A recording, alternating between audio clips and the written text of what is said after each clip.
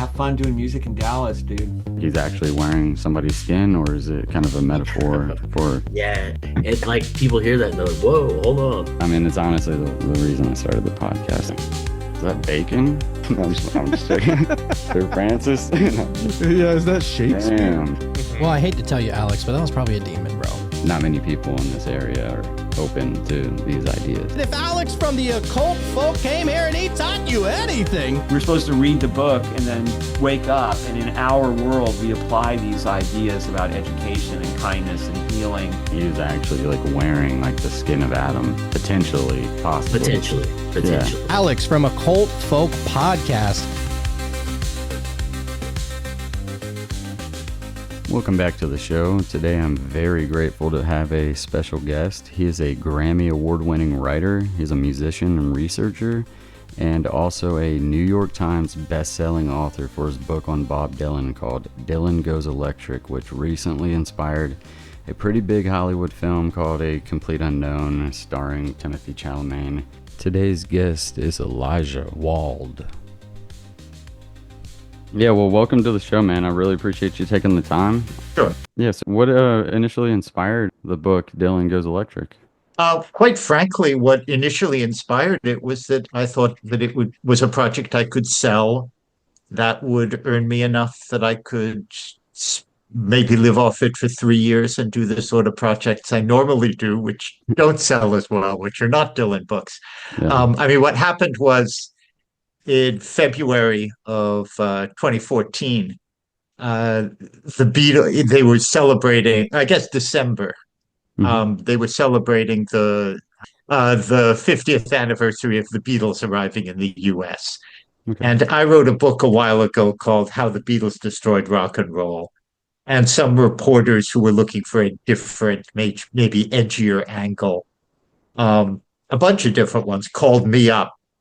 And it just reminded me that 50th anniversaries are a big deal. And I suddenly realized the 50th anniversary of Dylan going electric at Newport was coming in a year and a half. And if I could rush a book out in time, I could own that moment. And I called my agent and she said, hell yes. And so that was the initial impetus. And I have to say, frankly, my initial idea was that so much had already been written about that it would be a really easy project, that it would just be quick and dirty, read all the other stuff, summarize it, rush out a book. The problem was that when I actually started looking at it, as usually happens, the closer I looked at it, the more everything looked different. And it actually turned into a very time-consuming research project. I did get it done in 6 months, but it was the hardest 6 months work I've ever done in my life. Yeah, so were you a fan of Dylan's going into it? Oh yeah, that's actually it's a funny answer. I grew up on Dylan. I play a lot of his songs, Awesome. but my interest really kind of ends around Blonde on Blonde, maybe even a little earlier. Yeah. Highway 61 is to me the pinnacle. Mm-hmm. And so I'd never really thought of doing a Dylan book because, obviously he's someone who that's a tiny, tiny fraction of their career. Yeah. But doing the story of Dylan going electric, suddenly I had a project that reasonably was exactly the period of Dylan that fascinates me and that I'd grown up on. And I not only knew a lot of the songs and knew his material, I knew a lot of the people he'd been with in those early years. A lot of them are friends of mine. Dave Van Ronk, Eric von Schmidt, Peter Stamfel, Jim Kweskin, Maria Muldaur, all these people, Pete Seeger, Phil Oakes, who didn't actually get into the book. But these were all people I spent time with. So it was very much my world. Otherwise, I couldn't possibly have done the project in the time I did. Yeah, that's one part of the book you lay out fantastically is the other stories kind of leading up to this, major moment in folk history and rock and roll history.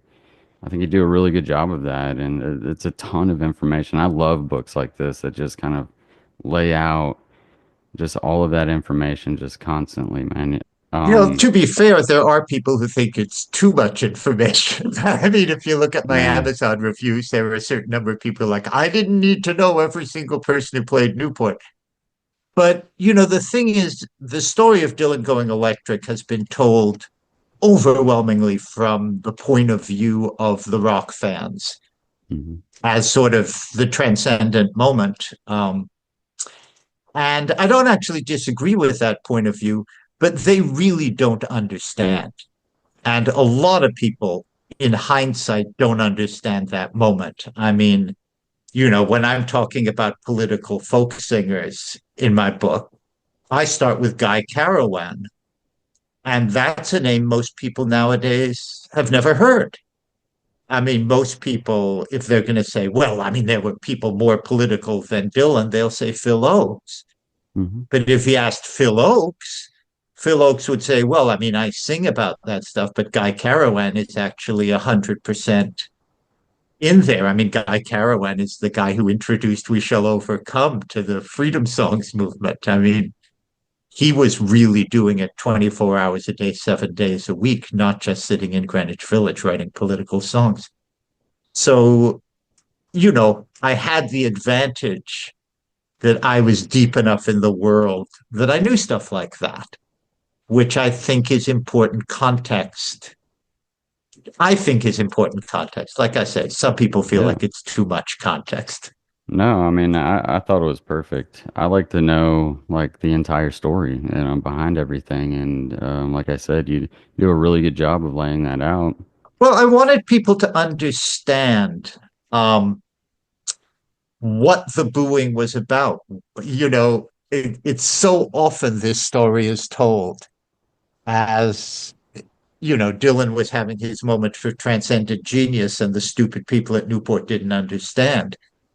And I agree that he was having his transcendent moment of genius, but it was a complicated moment um, for the people around him. And, I wanted my dream when I was writing this book was that by the time readers reached that moment when he goes electric at Newport, they wouldn't know whether they would have been cheering or booing.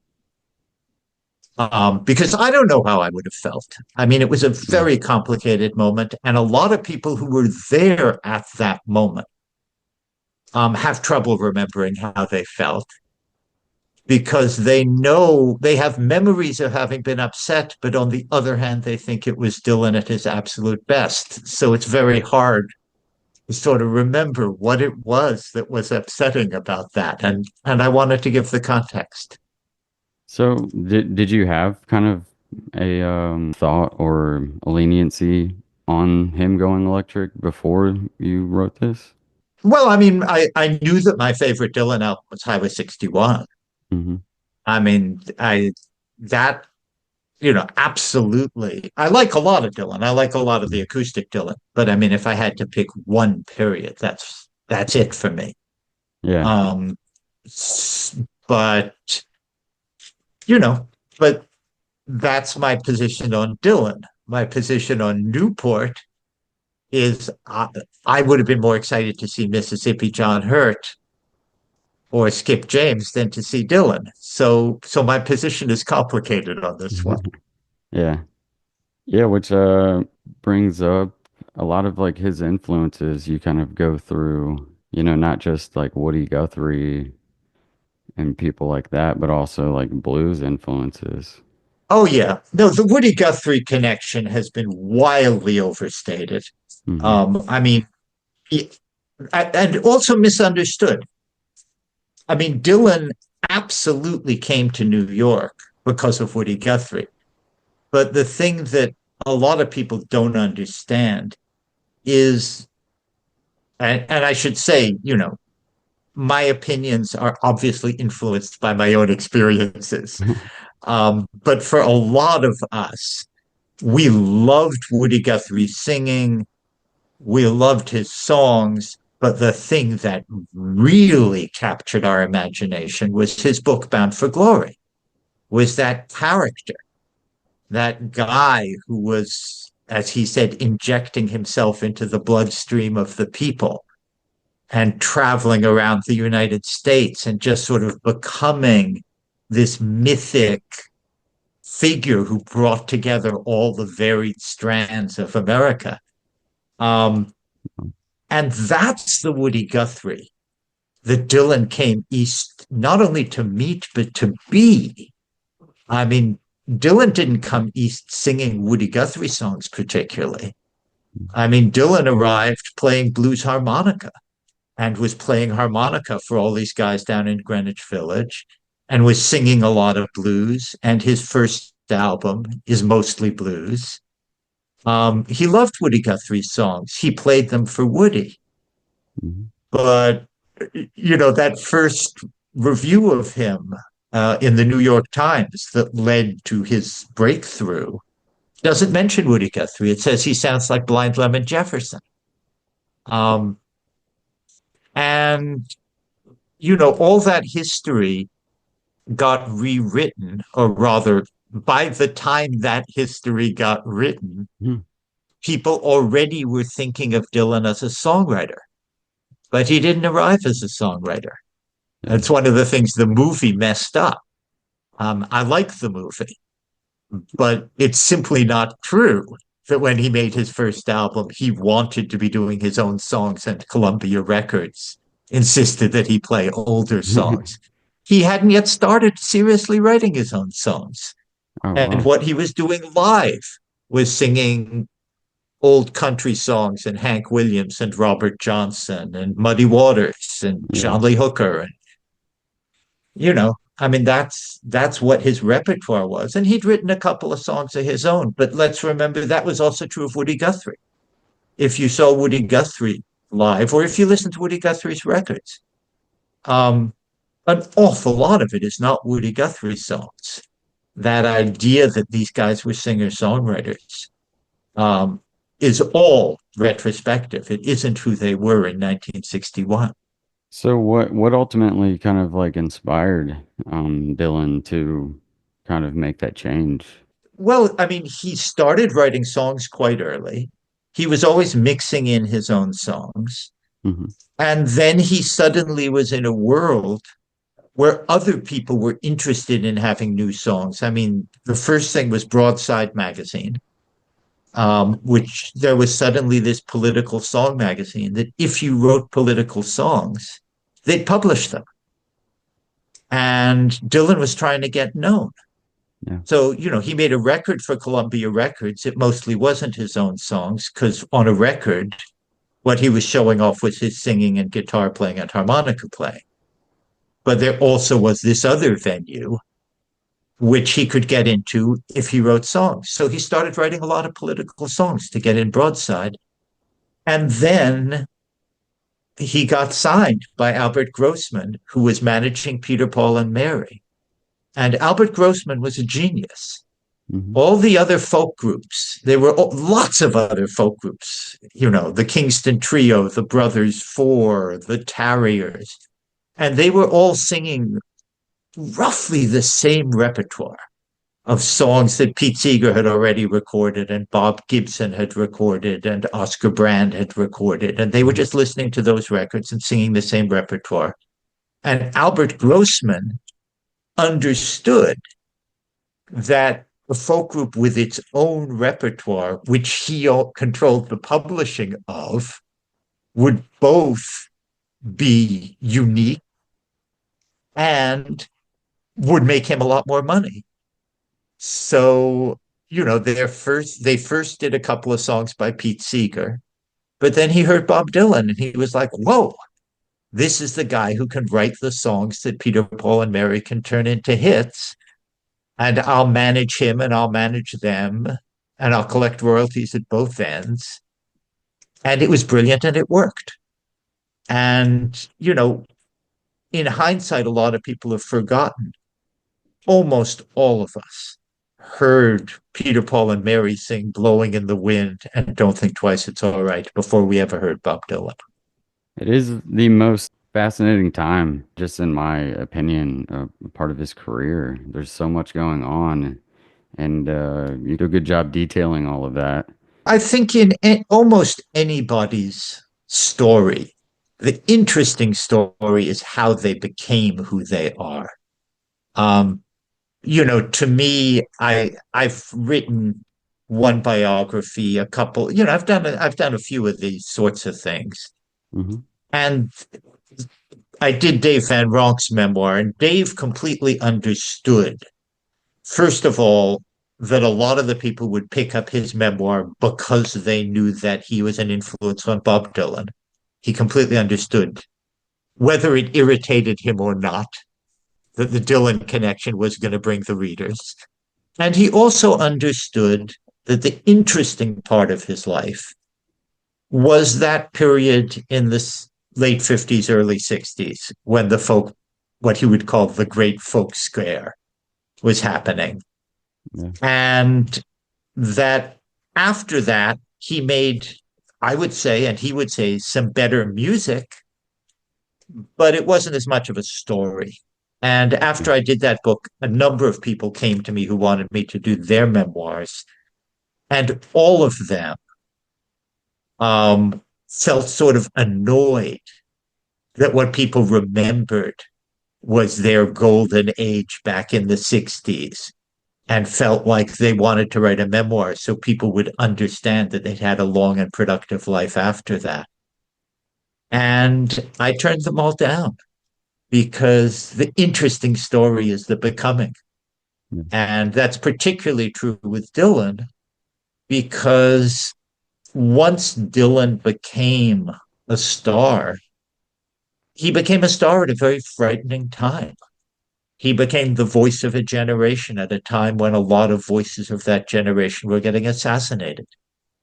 Yeah, And true. he very quickly became very, at least, Joan Baez describes him as being absolutely terrified of the crowds that were coming around him.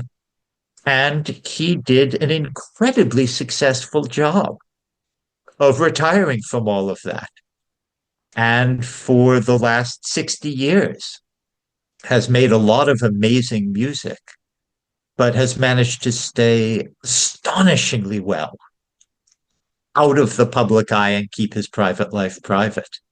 So, in terms of the exciting Dylan story, the story of him when he's out and around and hanging out with other people and becoming this character, that story really kind of ends in 65, 66. And that, so that for me was the exciting part anyway. Yeah. Yeah, no, I mean it's all like so very interesting because like it is like an extremely just interesting part of history in general. And then you throw in Yeah. Dylan going through all of this stuff like at such a young age, by the way. And like in my mind, I'm like people were shocked by him like wanting to like experiment with other like types of music. I think people were less shocked than disappointed, Oh, okay, which are true. Yeah. different things. Hmm. Um, and I should also say, when that all happened, and there's an interview that happened right in the middle of the going electric thing, where the interviewer says, doesn't it bother you that your fans are so upset? And Dylan says, those aren't my fans. My fans always knew who I was. And that's actually true. Hmm. I mean, the people who had known him back in Greenwich Village always knew that he was a rock and roll guy. I mean, after his first album, before he did Freewheeling, he released an electric rock single that sounds, Mixed Up Confusion, it was called. If people don't know it, they can go up and find it on YouTube. It sounds exactly like what he did when he went electric 4 years later. It even has the same guitar player as was on Bringing It All Back Home. And, so those people knew who he was. The people who were disappointed were the people who thought of him as the guy who writes those pretty songs for Peter, Paul, and Mary. And the Peter, Paul, and Mary crowd thought of themselves as the grown-ups who like intelligent music, unlike the stupid screaming teenage girls who like stupid stuff like I Want to Hold Your Hand. Yeah. And so, from their point of view, Dylan was joining that crowd and selling out. And it took, 5 minutes before they noticed that Like a Rolling Stone is not I Want to Hold Your Hand. But they figured that out pretty quick. I mean, there are very few people who didn't, the people who liked Dylan at all followed him pretty quickly into the rock and roll period. I'm sure you've seen like I guess like the documentaries from when he was younger going through those times like those tours like I guess in Europe and he was getting booed so often because he was making that change to electric and just not taking it so well, backstage afterwards. And then you point out all of the political assassinations and stuff like that going on. I could kind of see where that would be like an added paranoia to like these crowds and like the anger behind them. Yeah. Well, it isn't even necessarily the anger of those crowds. I don't think he was particularly scared by the people who were coming to Dylan concerts and yelling Judas at him because he wasn't playing folky stuff. Hmm. I mean, the fear was that he was being called the voice of the generation. I mean, there was a cover of Yeah. Esquire magazine that created this sort of monster head by putting together Dylan, Fidel Castro, Malcolm X, and John F. Kennedy. Now, two of those people got assassinated. The CIA tried to assassinate the third of them. And if you were in that company, that was scary. And for people who think he was just paranoid, 2 words, John Lennon. It's a very good point. What were your thoughts on the movie and like how did that kind of come about? What was that process like? I like the movie. How it came about is absolutely crazy. And I didn't learn that until afterwards.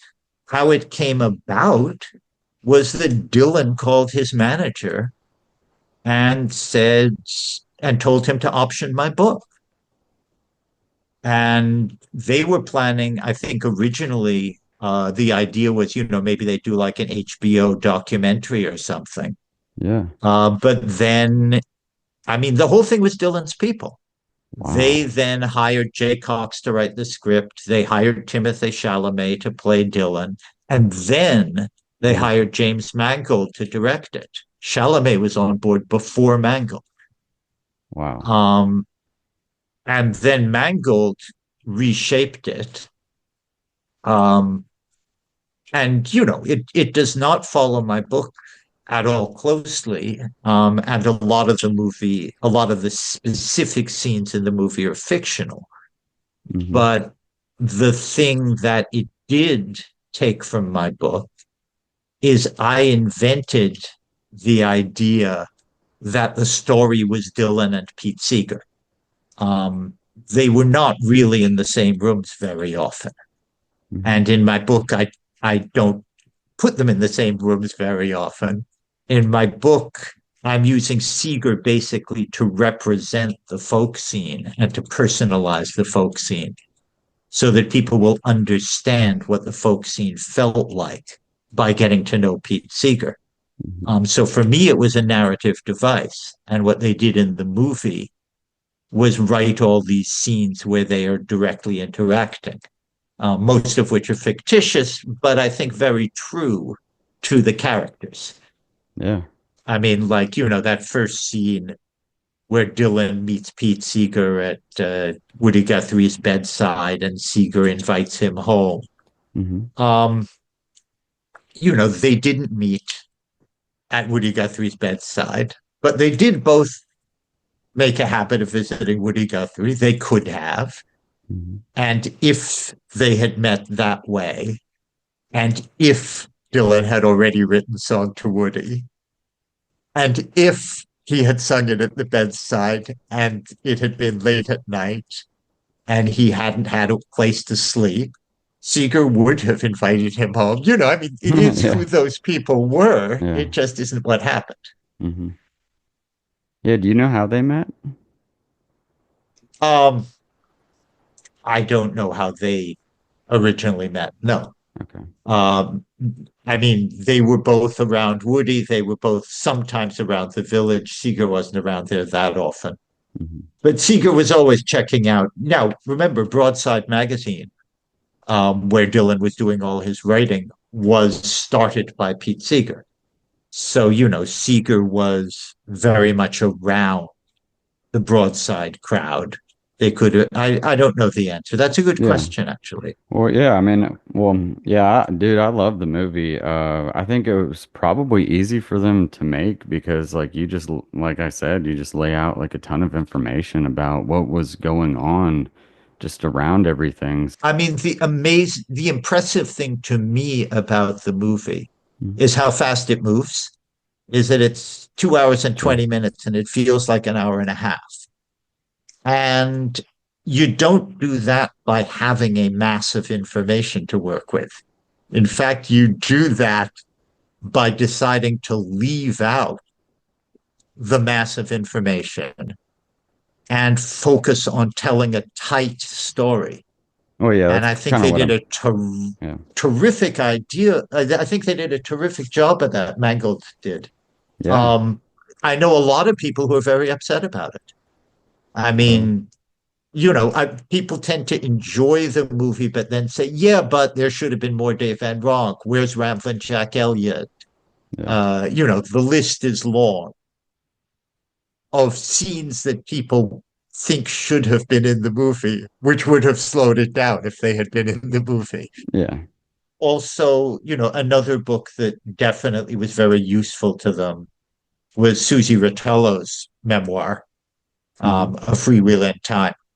I mean, Oh, my cool. book, I don't, I knew Susie, but my book, I don't really, I mean, I mention her, um, but I'm not writing a book about the romance.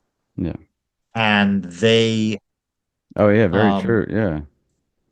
and that comes out of Susie's book, which incidentally is a terrific book. Interesting. Yeah. There's one part, yeah, I was kind of wondering about was kind of yeah, the all those romances kind of going on intertwined, but yeah. Which I should say, is not, a lot of that is also fictitious. Hmm. I mean, it's not like Dylan cheated on Susie Rotolo with Joan Baez, like in the movie. He left Susie Rotolo and took up with Joan Baez. And by the time he got to Newport in 1965, which in the movie, he's sort of breaking up with Baez and kind of making another play for Susie. By Hmm. that time, he was with Sarah, who he Yeah. was about to marry and have 3 children. Ex- So, they've made, again, I think it's a good movie. It's not history, yeah. but it gives a good feel for the times. And the fact that people were jumping in and out of bed with each other was very much part of the times. Yeah. Do you think it kind of paints him like he's just like pretending to be, something that he's not all the time, but Well, he maybe was. yeah. That wasn't contrary to the craft. I mean, Dylan was inventing and improvising and creating all the time. Mhm. And he was creating his identity as much as he was creating the songs. And he was constantly spinning stories that were completely untrue about what he had done in his life. That's not separate from the creative process.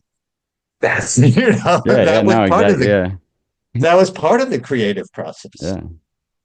So as like a musician yourself, has like that inspired any of these kind of books that you've written? Of course. Uh, And it completely drives the way I think about the books. I mean, Interesting. particularly with Dylan, Hmm. uh, he's been written about so much by people who aren't musicians and who keep repeating this silly business about, he wasn't much of a singer, he wasn't much of a guitar player or Yeah. harmonica player, but he was such a great songwriter, which people were already saying back then. Um, I mean, he was a hell of a singer. He Yeah. always was a hell of a singer. I agree. I mean, his phrasing was brilliant, always. It's amazing. I mean, you listen to all sorts of singers, and particularly when they get in front of an electric band, Hmm. and they're using a lot more words, and you still can't understand every word. Dylan, it's like Chuck Berry. I mean, you can understand every word he's saying. The phrasing is excellent. The rhythm is terrific. His guitar playing, it's not virtuosic, but it's always tasteful. It's always effective. His harmonica playing is bizarre, but always very musical. Yeah. Um, and very effective. I mean, and this is another thing that it's easy to forget because we've now lived through 60 years of Dylan not being a performer in the sense of being someone who comes out and is bouncy and talkative and tells jokes. But he was bouncy and talkative and told jokes. Yeah. I mean, this is the other thing that people were upset about at Newport in 65 was Dylan had always been bouncy and fun and had always been interacting with the audience. And at Newport in 65, he didn't say a word to them. He would sing a song and then spend 2 minutes with his back to them, checking out with his band, getting ready for the next song. 2 minutes at dead time on stage. And then he'd sing another song and then ignore them for another 2 minutes and then sing another song. I mean, it was not a good performance. So, there was a lot going on that day. But one of the things that was going on was this feeling of what happened to this guy who we knew, who was around us, who was in clubs with us, who was bouncy and funny and one of us. And suddenly he's like standing up on stage saying, how does it feel to be so all alone? And the answer is it feels lousy. Why is he going there? You know? Yeah, I mean, honestly, like looking at it, it's like he could have easily just played an acoustic set, kept that crowd happy for the night, and then kind of, rebuild himself Well, in a he different wouldn't have way. even had to do that. What Peter Yarrow from Peter, Paul, and Mary said to me, and I think he's absolutely right, is if Dylan had come out, sung a couple of acoustic songs, Yeah. said, hey, I check out now what I'm doing with my new band, brought out the other guys and done the electric stuff, everybody would have thought it was great. Hmm. Not everybody, but virtually everybody. I mean, the crowd knew he was doing electric. Yeah. They all had bringing it all back home, which was half acoustic and half electric. And if he had gone out and done, here's some of my acoustic stuff, here's some of my new electric stuff, nobody would have gotten upset. It was an aggressive, in your face, excuse me, fuck you kind of performance. Yeah. And a lot of people resented that he was going out in front of them and giving them an aggressive fuck you kind of performance. Like, what did we ever do to you, man?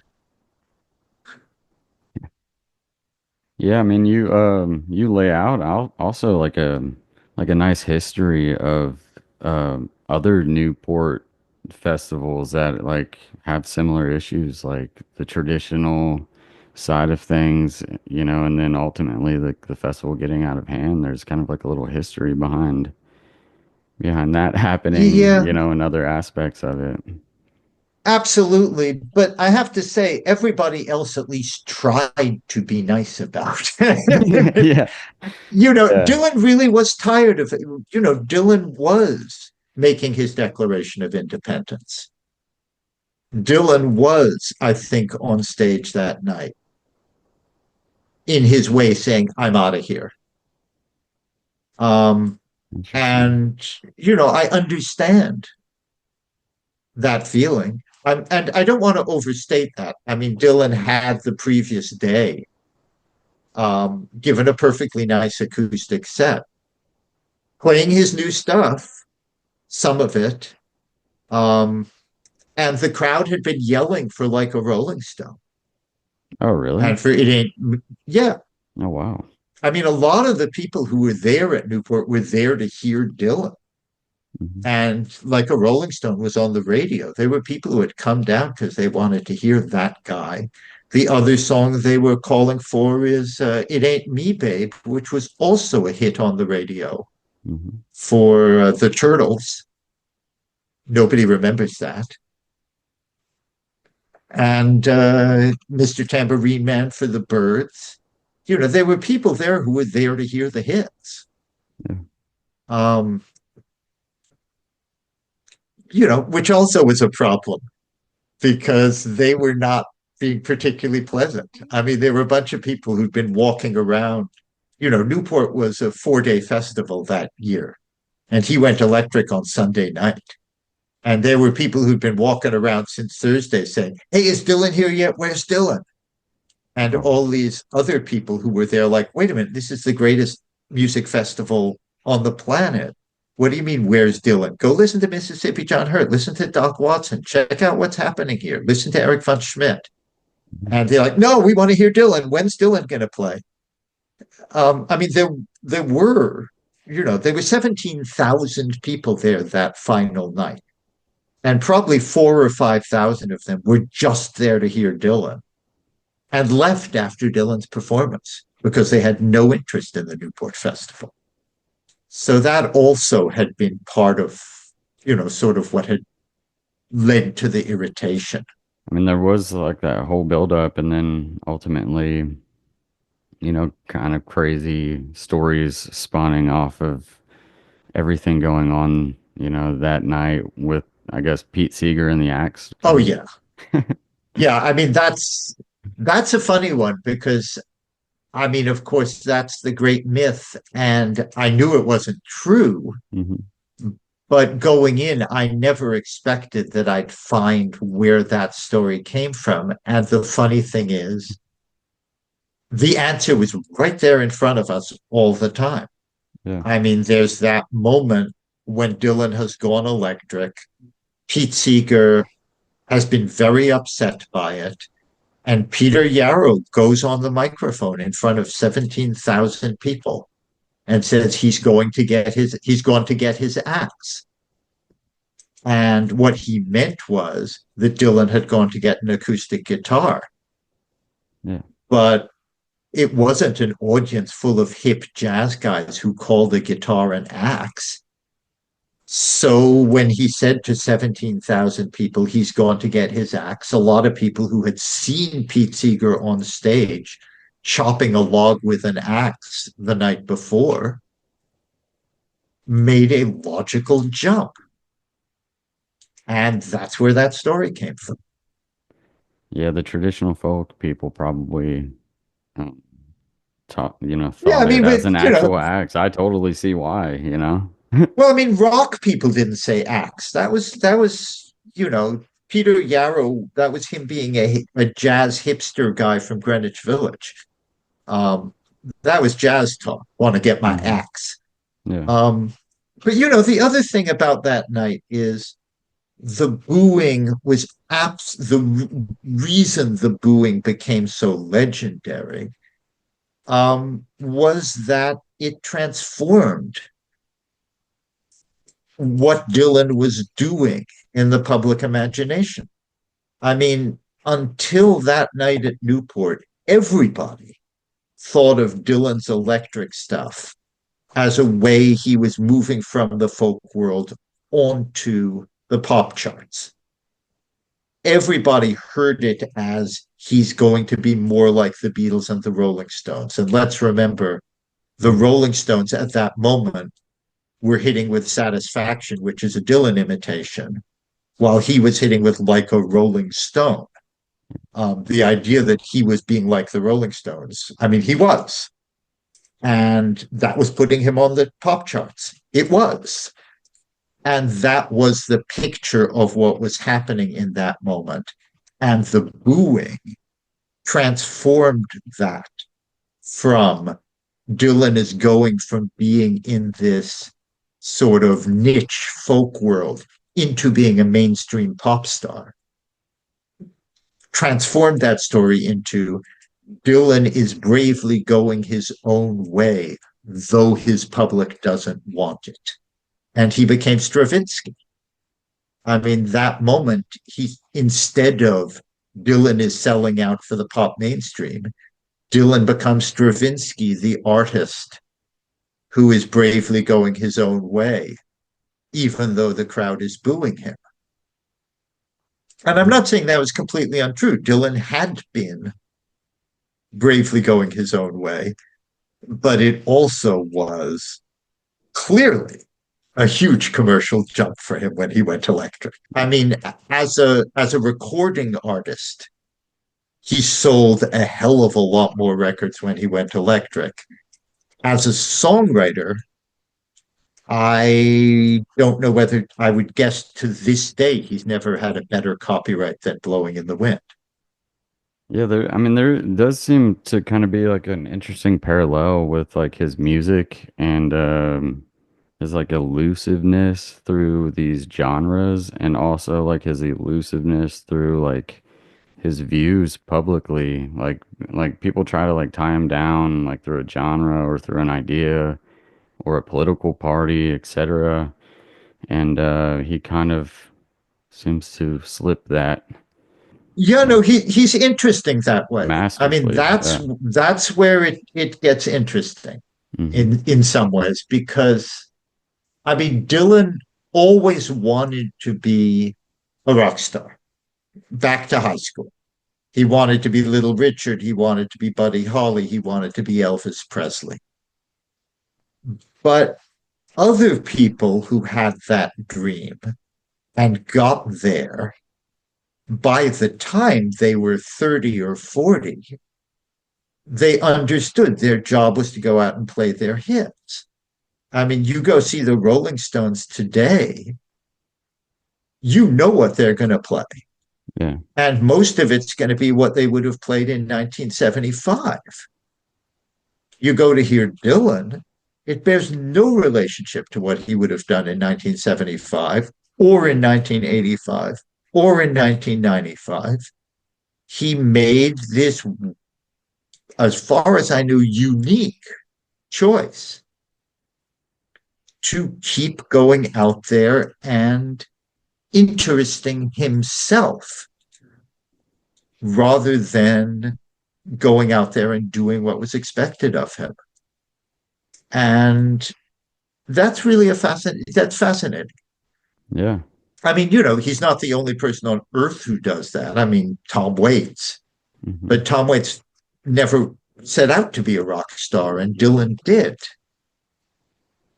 Yeah. I mean, no, if Tom Waits wanted to go out and do his greatest hits, I don't know what they'd be. Whereas if Dylan did, we know what we want him to sing, and he's not going to do it for us, God damn it, no matter how much we want it. Yeah. Do you think that kind of like elusiveness, like not being tied down to one thing ever kind of helped his writing in a way? Like it allowed him to be free of kind of, I guess, being put in a box and having to go in one direction. I mean, to me, it certainly has helped him to keep shifting as a musician, whether it's helped his writing. I'm quite frankly, I'm not particularly interested in Dylan's writing in the last 50 years. Yeah. There are more, the records I listen to for later Dylan are the ones I think sound great. And for example, I think Desire sounds better than Blood on the Tracks. Yeah. I understand why there are most people, who think Blood on the Tracks is a better record. But they're talking about the songwriting, I think. Yeah. Whereas I'm more interested in the sound, and I think Desire sounds better. And, that's basically where I come out on all of later Dylan. I listen, the ones that sound exciting to me excite me. I don't think the writing Yeah. has been up to the same quality that it was up through Blonde on Blonde. And interestingly, neither does he. That was one of the things that fascinated me about Chronicles and the interviews he gave when Chronicles came out. Is that The he 60 Minutes feels interview? all the interviews he did. Yeah. Okay. He kept saying, I had this magical thing where these songs just came to me, and then I lost that, and I had to become a craftsman and figure out how to do this with craft because lightning wasn't hitting me anymore. And he believes, I'm not saying, and I believe, but I'm not saying everyone has to agree, that Blood on the Tracks was a very, very finely crafted group of songs. But he understands how he could write those songs. And he said something like, "It's all right, Ma, I'm only bleeding." He doesn't understand where that came from any more than the rest of us do. And that, I concur. There was something astounding about the quality, about the songs, the lyrics he produced in that first period. That's just on a different level. And as I say, it doesn't mean that I like the sound of it better. It doesn't mean that, in fact, that the craft is as good.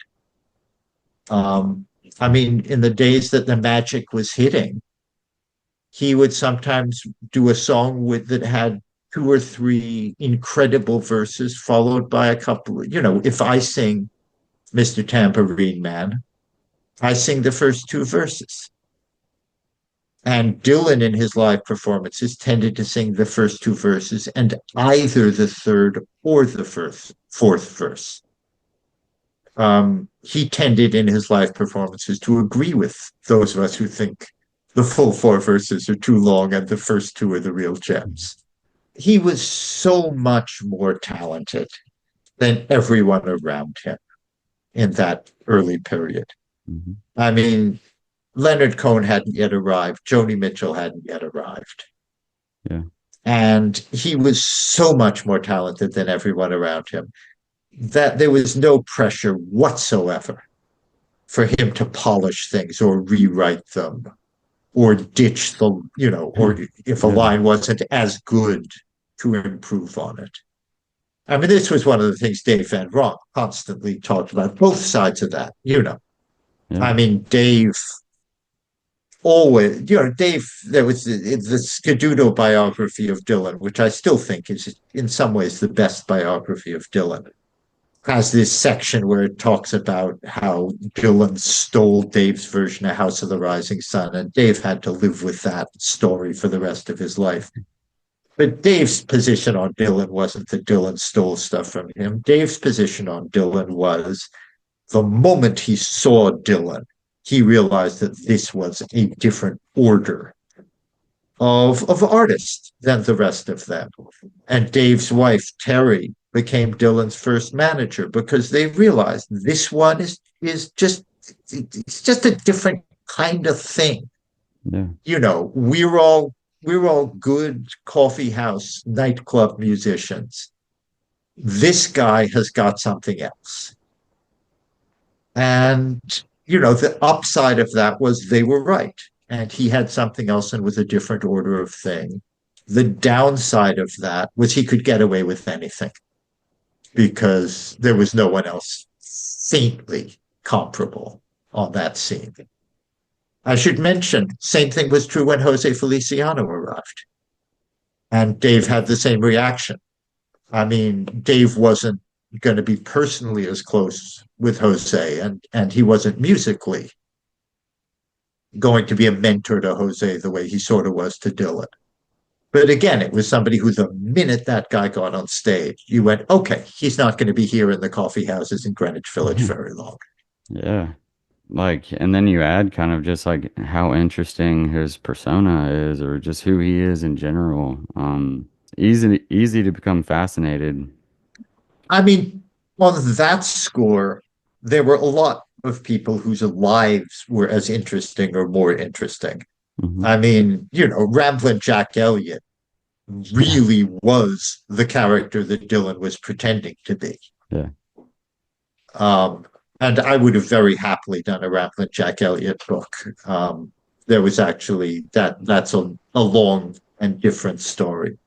But I mean, Ramblin' Jack Elliott ran away at age 13 to join the rodeo, really and truly, unlike Dylan, who just made up stories like that. Hmm. And then it ended up in California and stole a girlfriend away from James Dean, and then went off to Europe and rode around Europe on a motorcycle. I mean, Yeah. Ramblin' Jack Elliott really was that character. Much more interesting life than Dylan's. Shoot. We're coming up on an hour. Yeah, I wanted to ask you about Jelly Roll, but do you sure. mind? Yeah, do you mind? Okay, yeah, because I just think it's such a cool book. And I mean, it came from the Library of Congress. What ultimately led you to write that one? Um, this is funny. Everybody talks about Dylan as a folk singer, but my hardcore folklore book is my Jelly Roll Morton. Um, It's great. yeah, what got me to write that one was that so Jelly Roll Morton recorded 8 hours of recordings for the Library of Congress in 1939, and a large body of that material was hidden away until the 1990s because it used words like fuck. It used words, it Yeah. sounded like lyrically like gangster rap and couldn't be released until gangster rap had made it acceptable, at Yeah. least to a degree, to release records with lyrics like that. And when that was released, I got fascinated in that connection. Wow. I got fascinated in the idea that this lyrical form that had surfaced as gangster rap in the 1990s, um, that kind of rhyming about those kinds of subjects with that kind of language had already been around. Jelly Roll Morton was in 1939 singing those songs as examples of what people used to sing when he was a teenager in New Orleans in 1906, 1907. And so the idea that all this stuff that people were going, oh my God, this stuff is horrible. They're using this horrible language. People didn't used to, even blues singers didn't used to sing horrible, dirty stuff like that. And it was like, yeah, they did. Yeah. I think like I And think kind of worse, like in m most examples, you know? not only they used to sing stuff like that, but Jelly Roll Morton and other people around him were famous for what we now would call freestyling, Hmm. for the fact that they could just spin rhymes like that. And I should emphasize, it's not necessarily dirty rhymes. Yeah. A lot of them, they're using words like fuck because that's how people talk in bars. Yeah. Not just black people, not just blues. I mean, that's how most of us, Hmm. when we're hanging out, we use language like that. And people did in bars. The president of the United States did, just not when they were on stage doing speeches. Yeah. And so that led me to wonder, um, particularly with blues, because Jelly Roll Morton, he uses that language whenever he's singing blues. And whenever he's singing other styles of music, he isn't using that language. And I began thinking, people always talked about how blues was particularly, the devil's music. Well, yeah, maybe it was. maybe it was particularly the music of people, of the rough characters hanging out in the bars. And that got me wondering if there's this Jelly Roll Morton material that was collected in 1939 and that we didn't get to hear until the 1990s. How much else got collected in the teens or the 20s or the 30s that just didn't surface because it was illegal to print stuff like that or record it? And so I spent about 12 years just whenever I was near an archive, just going through the archives, looking for stuff that people had written down or recorded and hadn't been able to publish because it was considered obscene, specifically from the blues and jazz worlds. And I found a lot of stuff. I mean, Louis Armstrong wrote out all these, he wrote out these joke books with a lot of filthy rhymes. All these, there was this huge body of filthy rhyming in the world of blues and jazz. And so, really that book was about, what did this stuff sound like before it was cleaned up and commodified? And then the question that goes with that is, what was that world like where people were talking that, what was the real world, not the cleaned up world? What was the real world? And again, I'm not just talking about Black people. You can have exactly the same conversation about cowboys or about sailors. I mean, cowboy songs and sailor songs all were absolutely full of words like fuck. Any collection that doesn't use those words is a censored collection. And, when that TV show, what was it, Deadwood? Sounds familiar. Yeah, and they were saying motherfucker and fuck all the time, and people were like, "Hey, people didn't really talk that way back then." Yeah, hell yes, sure they did. Yeah. And so Jelly Roll Blues was basically an exercise in using this body of recording that Jelly Roll Morton did. Not just a huge amount of the recording is him talking about that world that he grew up in. Mm-hmm. And it was just going over that stuff, using him as a guide into that world and finding all the other stuff that went with it, which a lot of it is like, a lot of that world was a world of houses of prostitution. But again, that always has been written about from the point of view of the white guys who imagined themselves as customers. But Jelly Roll Morton and the blues singers were the after hours.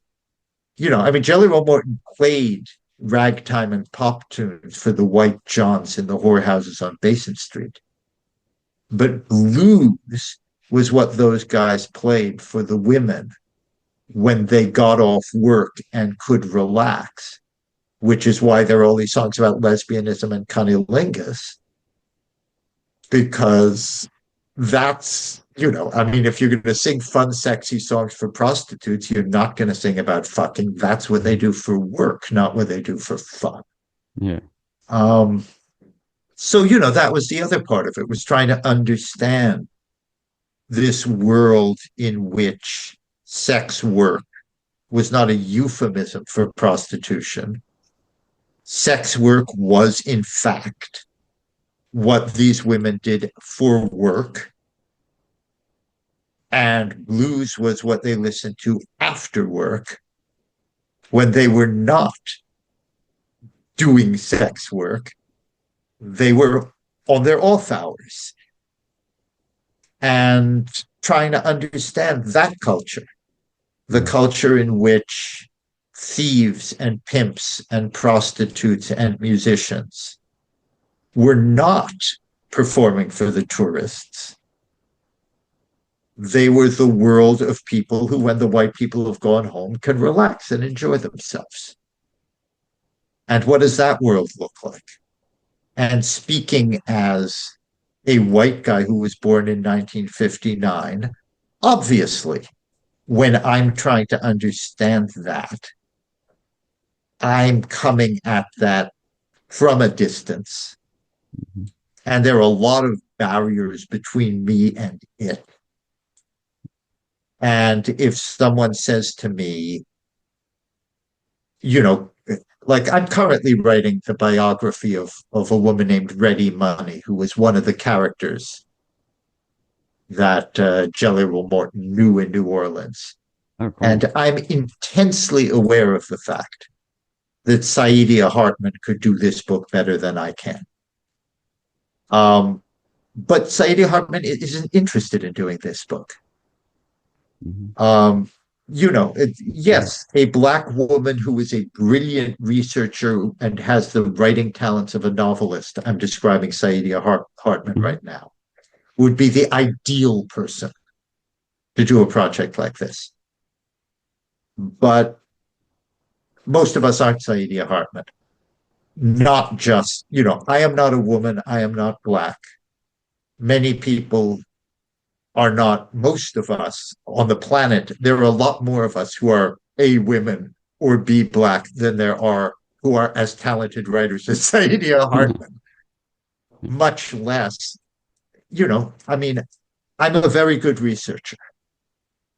That's the only thing in which I'm in her class.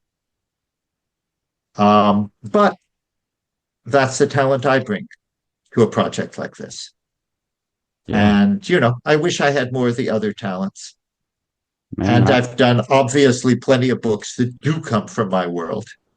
Mhm. I'm a middle class Jewish kid who built my life around wanting to be Woody Guthrie. So, at that level, I can understand Dylan in Yeah, a way a lot of other people can't. a lot of Um, relatability there. yeah. But, you go into a project with relatability. Honestly, it can be a strength, but it also can be a problem because you can go in feeling like, hey, I've had the same experiences. I know what this guy is feeling and thinking. And you don't. He's a different person. Yeah. So, relatability is also overrated. Hmm. I mean, the exercise always has to Yeah. involve imagination. Hmm. Oh, 100%. I think you do a great job in the Jelly Roll book, kind of like diving into like the actual lives from that time period, by like what they were actually writing about and what they were saying, like their language that they used. It was fascinating because that's like you brought up, just often overlooked part of history. Yeah. In a way, for me, it's similar to my book Narco Corrido on the Mexican composers of drug ballads and that world um, of Mexican working class guys who get it isn't guys who get into this violent world. Both that book and Jelly Roll Blues. Anybody who wants to say they're not wild about my writing, but they're fascinated by the stuff I've dug up, I'm completely okay with that. I mean, I'm completely comfortable with the idea that, if somebody reads Jelly Roll Blues and says, God, this stuff is absolutely fascinating. He's made a pretty dry academic book out of it, but the stuff is fascinating. Um, I did my best to make it not dry, but if people feel that way about it, that's fine with me. The stuff that I was turning up is more important to me. Well, you ended with a bang with the murder ballad, the half-hour long, possibly longer Yeah, song, 59, possibly more verses. I mean, that's insane. I mean, one of the lines I yeah. wrote down, I was just listening to it before we hopped on, is, "Bitch, I'll cut your fucking throat and drink your blood like wine." Holy shit. It's Yeah. insane. Which I mean, the fascinating thing to me about that is that it's completely novelistic. That's that song. Yeah. When he is telling the story of her killing this other woman, he is quoting her saying, "Bitch, I'll cut your fucking Yeah. throat and drink your blood like wine." Mm-hmm. But Mm-hmm. then when he gets to the verses about her in court, uh, he starts using the circumspect language that you would use in court and doesn't have her cursing. I mean, Yeah. he's writing like a novelist. He isn't Yeah. using that language gratuitously. He's using it accurately, which to me is fascinating. Yeah. I It's so mean, interesting. that's the, he's an artist, and I think a brilliant artist. Right at that time when he was doing the recording at Library of Congress, wasn't he doing like jazz composing, and he wasn't even playing like blues He and was he Actually, he was kind of past his heyday as a jazz composer. I mean, that's oh, gotcha. Okay. one of the reasons he is such a good guide to the Oh, earliest period of blues yeah. is that by the time blues was commercialized in 1912, he had already quit singing blues. And he became first a ragtime and pop, and then a jazz composer, and then the first great jazz composer. Um, and had no real interest in that sort of material. So that when Alan Lomax started asking him about what he'd heard back in 1907, he really does, in fact, seem to be singing the sort of stuff he'd heard back in 1907. Whereas if you asked Leadbelly what he was singing in 1907, he'd pull out songs that weren't written until 1920 because he kept singing that same kind of music. Hmm. And, so it didn't really matter to him. Yeah, 1907, 1920, it was the same kind of stuff. Whereas Jelly Roll Morton had no interest in that kind of stuff after about 1912. So when he went back into singing that old kind of rough barroom blues, he was singing the stuff he remembered from when he used to do that kind of thing, which was before 19, he basically quit that around 1910, 1911. So it really is kind of preserved in amber in a way people who kept singing blues, moved on to what Bessie Smith did. Yeah. And he never did. He wasn't interested in Bessie Smith. By the time Bessie Smith was happening, he was writing the first great arranged orchestral jazz. Not the first arranged orchestral jazz. Paul Whiteman was doing that. But Paul Whiteman's stuff, the orchestration was very sort of classical and European. Whereas what Jelly Roll Morton arranged with the Red Hot Peppers in 1925, 26, 27 is the first stuff that is pointing the way towards Duke Ellington. Um, for example, Louis Armstrong in that period is doing this amazing group jazz stuff, but it isn't written. It's everybody is blowing and they're brilliant. And unlike King Oliver, they're taking separate solos, and the solos are incredible. But Jelly Roll Morton is writing three-part clarinet arrangements for three clarinets. Nobody else was doing something comparable. So anyway, yeah. It's just a really cool like part of blues history that that I've never dove into, and it's all fascinating. I mean, just like you kind of like chase down like the roots of some of these lyrics for like some of the some of the most famous songs like in this history. Like it's really really cool and well done. Well, that's what's always, as with the Dylan book, Hmm. what's interesting is taking stuff that everybody's interested in, be it Bob Dylan, be it blues, and looking at it closely and trying to find the corners that haven't been explored. And, that's just, it's more fun. Yeah. You know, I agree.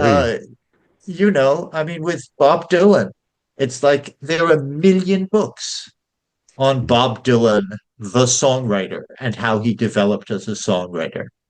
Yeah. So I decided to do a book that wasn't about that. It's about how he decided to go electric, which is not about songwriting. It's a book about how he developed as a musician and performer. Mhm. And the songwriting is essentially, in my book, secondary to that. That doesn't make it a more accurate story. It's a different story Yeah. because other people had written the other story lots of times. So the fun thing was to find a different one. And I don't think my books are better than other people's. If you like my books, which obviously I do, or I wouldn't write them, what's appealing about them is not that they're better, it's that they're different. Robert Palmer wrote a book called Deep Blues. If somebody asks me what should I read, if I'm going to read one book to understand blues, I'll send them to Robert Palmer and Deep Blues.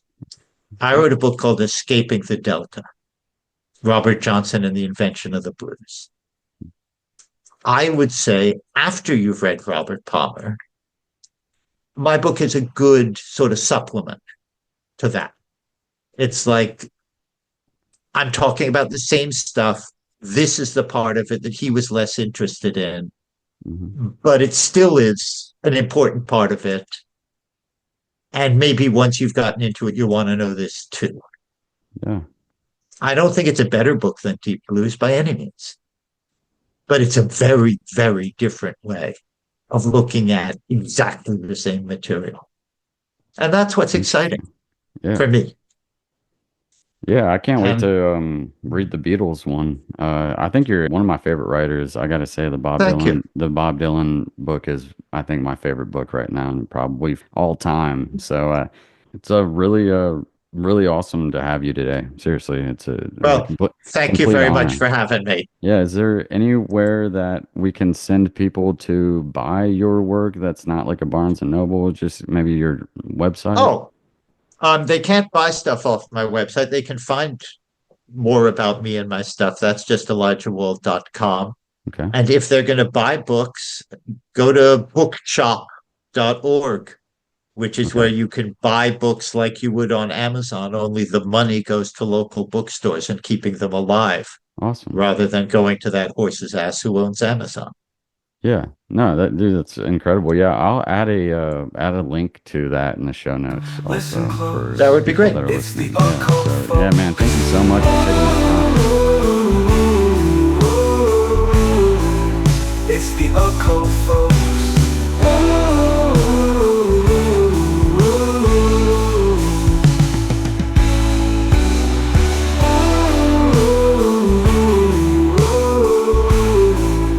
It's the Occult folks.